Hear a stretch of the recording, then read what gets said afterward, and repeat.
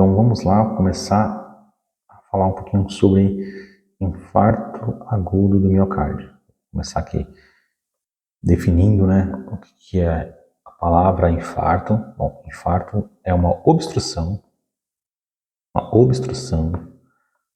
e aqui como está falando, aguda, de forma abrupta, de forma rápida, tá certo?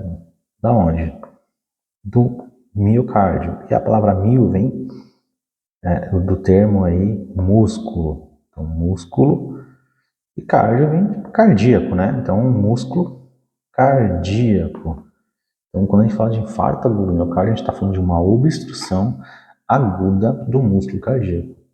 Parece um pouquinho estranha essa definição, porque quando você observa, que apagar, quando você observa bem a lesão no músculo cardíaco, vamos lá, aqui está o músculo cardíaco, o que você vai observar? Vai observar que a lesão não foi realmente no músculo cardíaco, foi uma obstrução de um vaso, como está marcando aqui, ó, um vaso coronariano,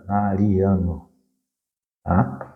Um vaso coronariano. E só para título de curiosidade, a palavra coronária ou coronariano vem do termo de coroa, porque parece umas coroas em volta do músculo cardíaco, por isso que vem o termo coronária ou coronariano. Tá?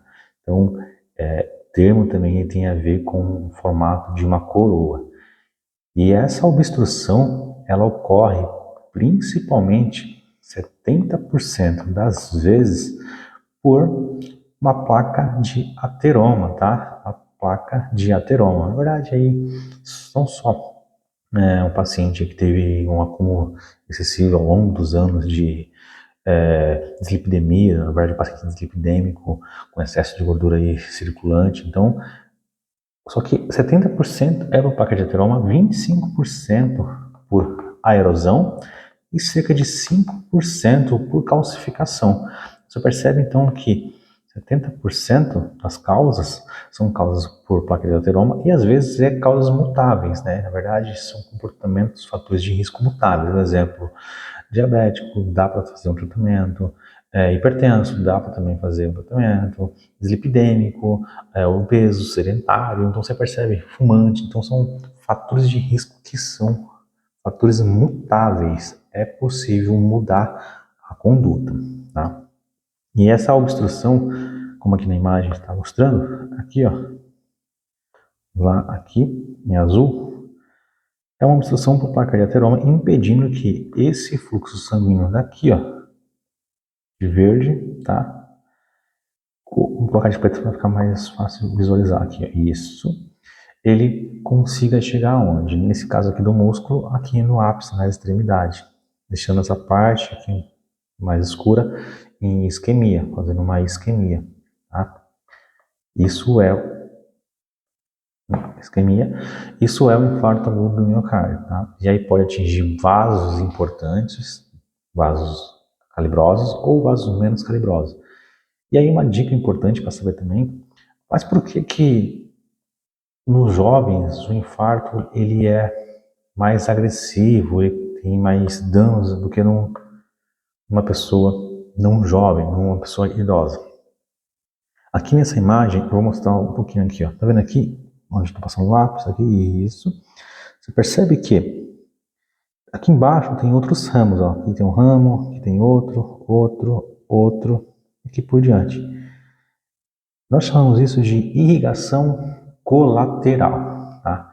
E com o passar dos anos, essa irrigação colateral, ela vai se expandindo, ela vai aumentando, principalmente porque o vaso, sanguíneo, ele já está acumulando aí ao longo dos anos as placas de ateroma, de repente a pessoa não é uma pessoa que cuida muito bem da saúde, então já vai diminuindo o fluxo sanguíneo, esse fluxo sanguíneo ali ele vai sendo diminuído e o corpo, de uma forma fisiológica, já tentar compensar essa diminuição, vai criando vasos colaterais, conhecido também como vasogênese.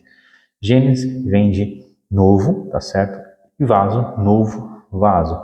E a pessoa mais jovem, ela não tem essa irrigação, um pouquinho aqui, ó, tá, desenho aqui, essa irrigação colateral. Por ela não ter essa irrigação colateral, quando tem uma obstrução, aqui em vermelho e azul aqui. Quando tem uma obstrução aqui, por ele não ter essa irrigação, causa um dano maior naquela parte, naquele músculo lesionado, um músculo mais distante, tá?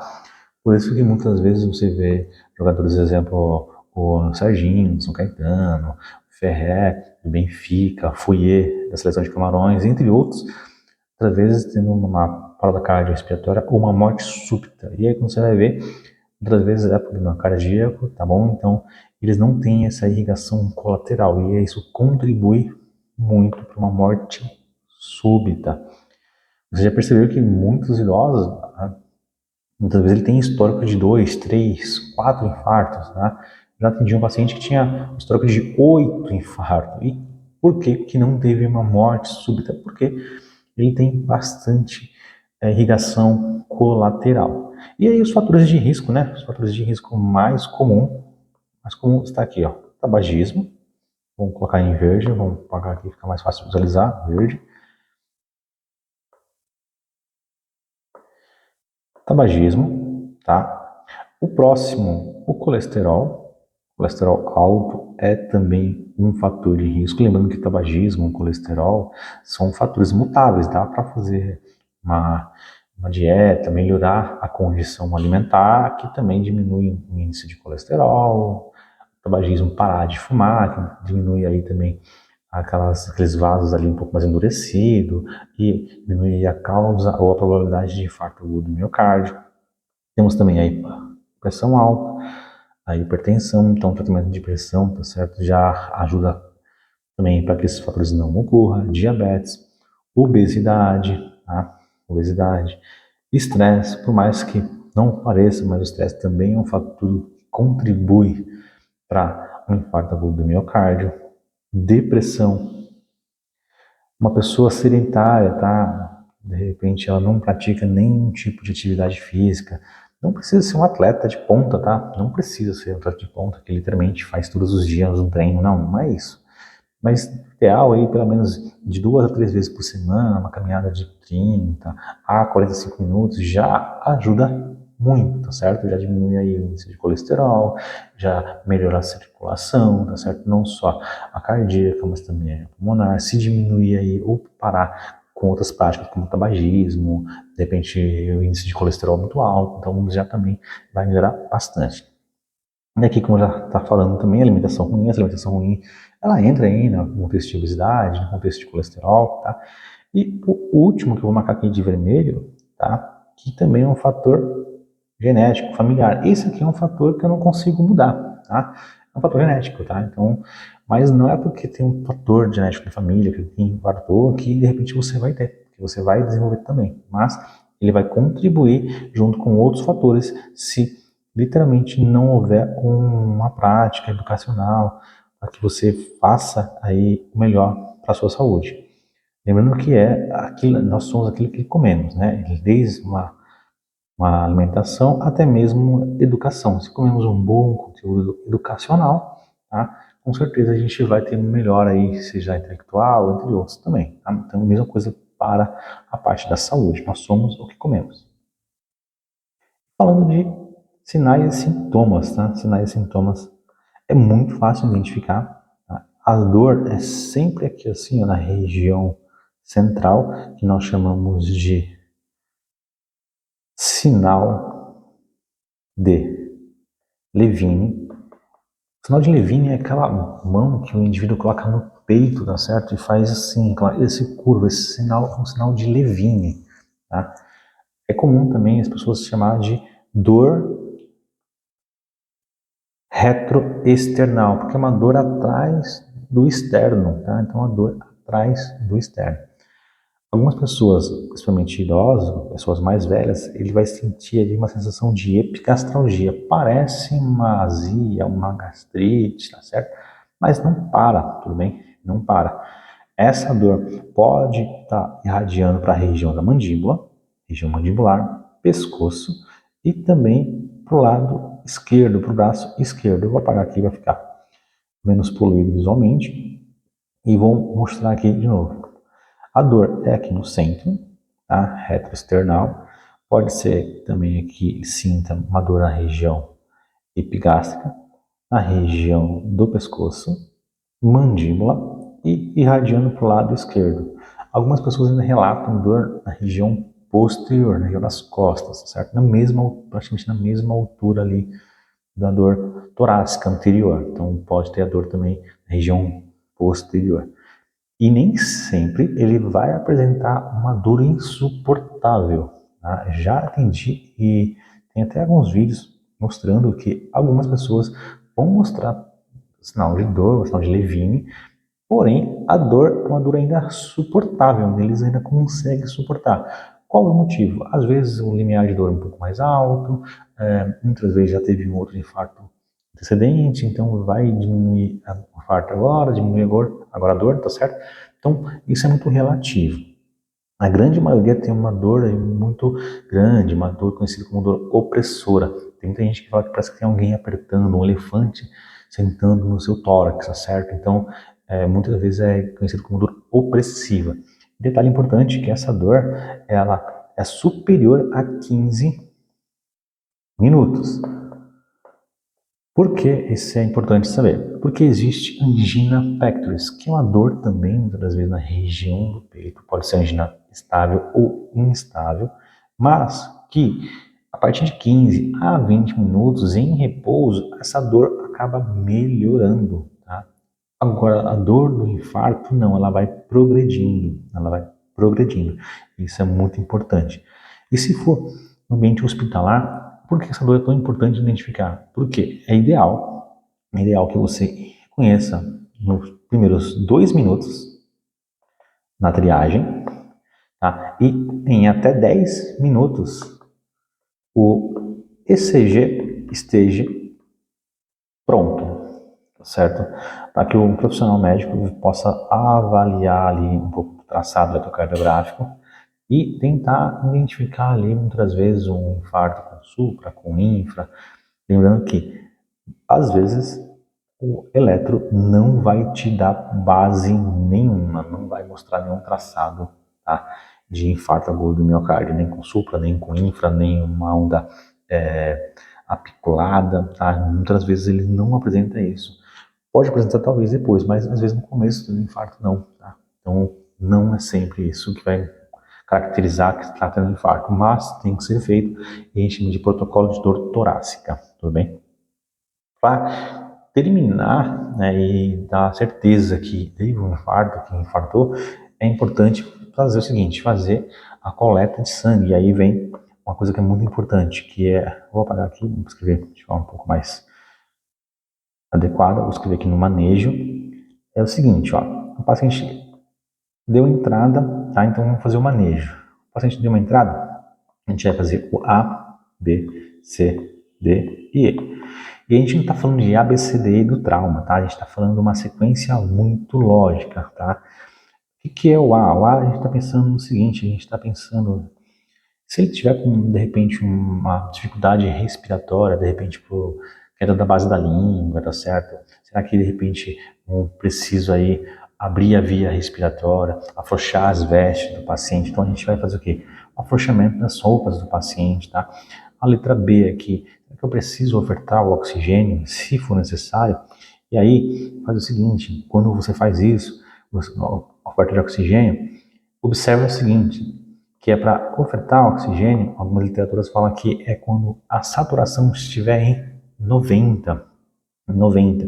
Eu sei que muita gente aprendeu que abaixo de 94 ofertar o oxigênio, tá certo? Mas o oxigênio também pode ser deletério ao paciente. Então, assim, tá com uma saturação 90, tá com desconforto respiratório, tá forçando, aí sim, ofertar o oxigênio. Quanto? Aí depende, né? Vamos manter aí um litro, 2 litros, de repente um cateter nasal, tipo óculos, pode ser uma estratégia, tá? Aqui, na letra C, aí aqui vem a parte muito importante, a gente vai fazer assim, o acesso venoso. Acesso venoso. Por que o acesso venoso? Porque provavelmente esse paciente ele pode querer receber, aí eu teria que receber uma terapia medicamentosa. Então, se ele tem que receber uma terapia medicamentosa, vamos lá, funcionar pelo menos um acesso, tá? O ideal é que seja 2. O ideal é que seja 2 acessos. No mínimo, tá? No mínimo 20. O ideal é que seja 18. O ideal é que seja 18. Porque se vai correr um volume um pouco mais rápido, mais agressivo, tá? Vai correr mais rápido no 18. Mas se não conseguir, pelo menos um 20 tá? Dá para resolver ali momentaneamente. Então, 2 acessos. Por que 2 acessos? Aí é uma questão de lógica, tá? Quem tem um, não tem nenhum. Quem tem 2, tem um. Então, quando a gente fala aí de acesso, é bom ter o acesso por 2, porque se você perder um, você tem o outro, tá? E a letra D é a parte de avaliação neurológica. A parte neurológica, a avaliação da escala de coma de Glasgow, tá? Glasgow. Ou mesmo o AVDI. AVDI, tá? Ver como que está o nível de consciência desse paciente, tá? Resposta em tempo e espaço, avaliar tudo direitinho. Às vezes a avaliação pupilar também, muito importante, aproveitar o gancho ali e já faz a avaliação neurológica do paciente. E a letra E, que é a exposição do paciente. Você faz a exposição, né, do paciente, afrouxa as vestes do paciente, já faz uma outra coisa muito importante que eu vou apagar aqui para mostrar que vocês irão fazer também. Aqui vou apagar e vou explicar o porquê dessa exposição. Aqui, na letra E, você já vai aproveitar o gancho e vai fazer o move. Tá? Move. Vai fazer um move. O que significa se move? Vamos fazer o seguinte, isso aqui é de forma muito simultânea, tá? E é bem rápido, bem didático. Isso também na hora da prática, você nem percebe que você está fazendo isso. Você vai fazer o seguinte, você vai fazer M de monitorização. E quando a gente está falando de monitorização, a gente está verificando a frequência cardíaca, a frequência respiratória, saturação, que não é sinal vital, mas faz parte da monitorização, tá certo?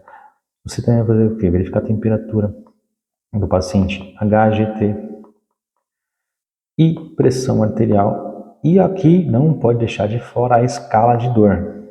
A escala de dor, tá? Então, no M de monitorização, com certeza você já está colocando ali um monitor multiparâmetro, tá? Para verificar a frequência cardíaca, a frequência respiratória, a saturação, temperatura, HGT, que é o hemoglicoteste, a pressão arterial e a escala de dor, tá? Então você já está fazendo ali a letra M, essa parte. E a letra O vem de oxigênio, e aí cautela, tá? Oxigênio, eu vou colocar aqui na frente, barra, se necessário.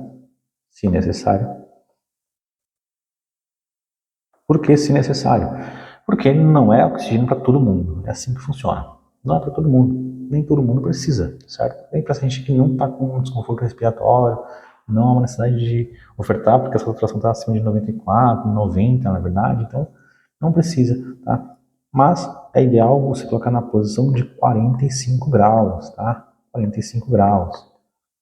Ou na posição de Fowler, eu chamei na posição de Fowler, para melhorar o valor respiratório ou a oxigenação do paciente. Então, isso vai melhorar. Tá? Então, a gente já pode fazer a parte da letra O. Vou apagar aqui e vamos fazer a parte da letra V. E a parte da letra V, por que do acesso, tá? Porque agora é veia.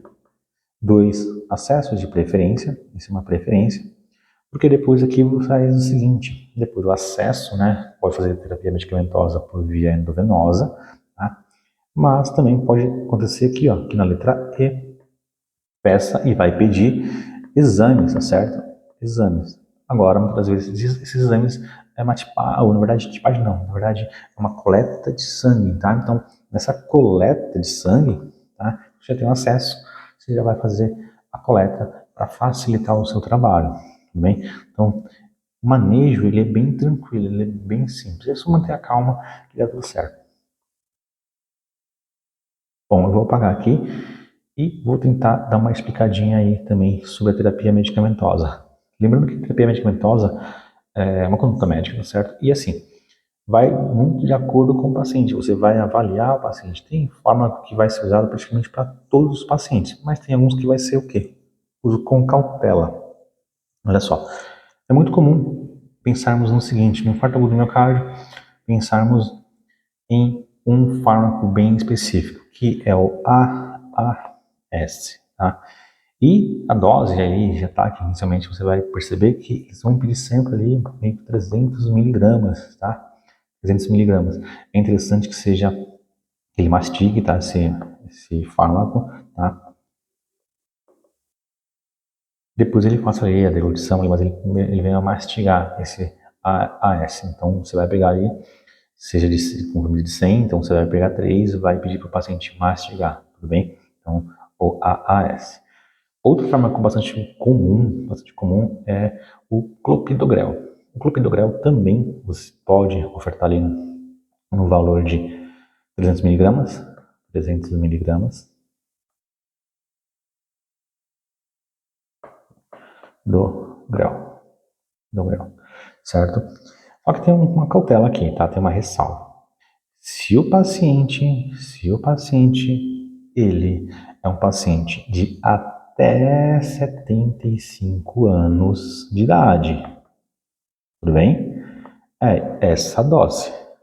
Agora, se o paciente é superior a 75 anos de idade, tá certo? Aí a dose é 75 miligramas. Não fica difícil, tá? Se ele tem 75 anos, recebe 75 miligramas. Tudo bem?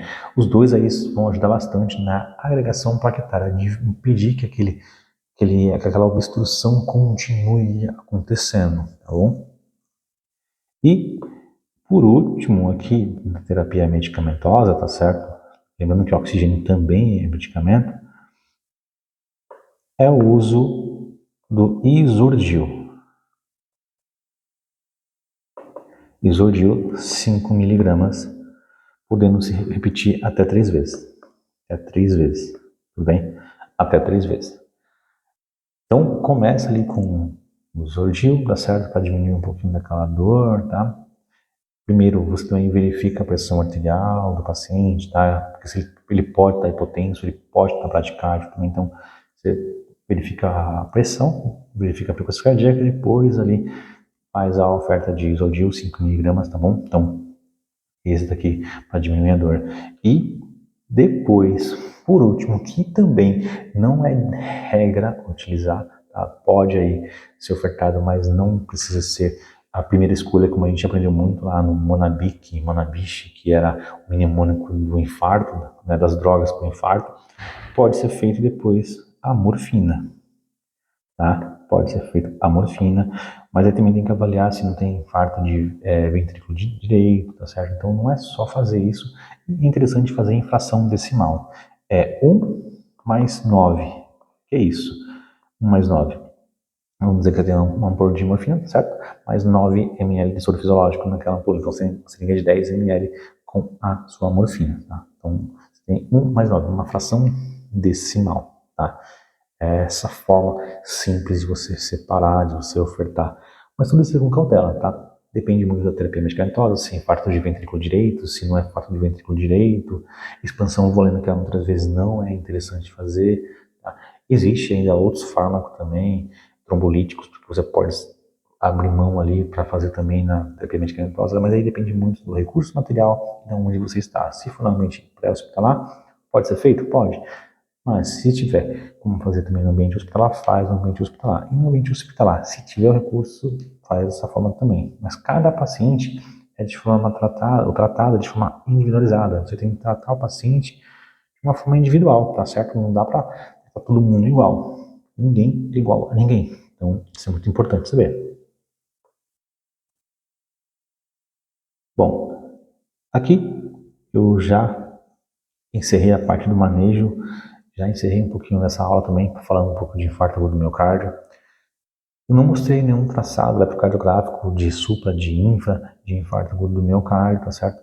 Mas a gente tem módulos também que já está sendo construído falando sobre eletrocardiograma, sobre os principais traçados eletrocardiográficos. Então não perde essas aulas, esses módulos, aproveita que você tem acesso vitalício e literalmente você vai aprender muita coisa. A gente vai trazer tudo que for de relevante, de novidade, tá certo? Esse curso está sempre em plena construção para você. Um abraço, até a próxima aula.